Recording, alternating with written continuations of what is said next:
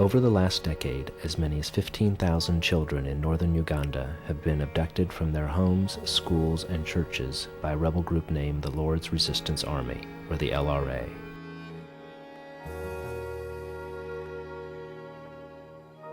Brutalized and dehumanized, they are kept alive as long as they continue to fight on the LRA's behalf. Headed by a self-described Christian messiah named Joseph Kony, the LRA has waged a campaign of terror against the government of President Yoweri Museveni and the civilians of northern Uganda in hopes of establishing rule based on the Ten Commandments.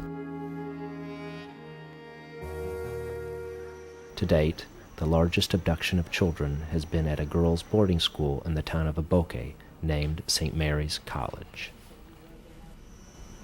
In the spring of 1999, we sat down with Sister Rachele, the assistant headmistress of St. Mary's, and one of her students as they discussed the events of an October night in 1996. Our school was almost always a target for these rebels. It's a boarding school. And our school is about 40 kilometers from the border, Apache Bulu district. So for the rebels who walk very fast, there is a straight path. On October 10th at 2:15 a.m., Sister Rachele was alerted by a night watchman that the rebels had come.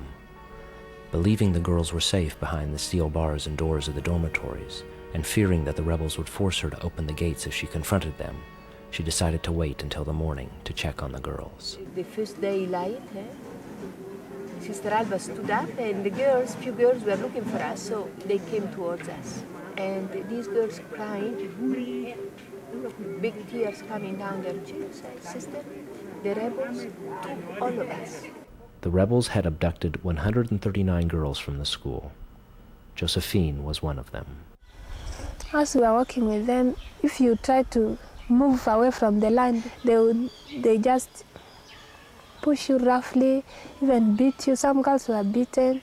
They just put you on the gunpoint like that. Even they beat you using the butt of the gun. I told the headmistress, I told Alba, I'm going to follow them. I went to the office. I put 700,000 shillings in this bag because I said if I give the money, they will give me the girls. We left the school around 7 o'clock in the morning, and I think we met with them around 10:30. We were met by about 30 of these rebels that were pointing their gun at us. Sister Rachele began negotiating to buy back the girls. Suddenly, a helicopter appeared overhead, and government soldiers began shooting at the rebels. Sister Rachele and the abducted girls were ordered to march in order to evade the government soldiers. We continue walking, hiding, walking, hiding, walking like this, always guarded by abducted children. We were afraid because it was our first time to meet such kind of situation, and we were fearing that we might anytime die because we were not protected in any way. We walked until some village where a sister now went to plead with them. And there we started talking again, pleading with him, give me the girls. Don't worry, sister, I'll give you the girls. So you can imagine. For all this time, I was almost sure he would be returned to me all my children. But the rebel commander would not keep his promise. He selected 30 of the 139 girls to remain behind with the rebels, and he ordered Sister Rachele to write down their names. I started writing their name, but I couldn't. I look at them, I was trembling. So I wrote 3 or 4 of their names. Then Angela, and Angela is still missing, she's in Sudan. Angela told me, sister, I will write our names. So I gave Angela the pen and the paper to write.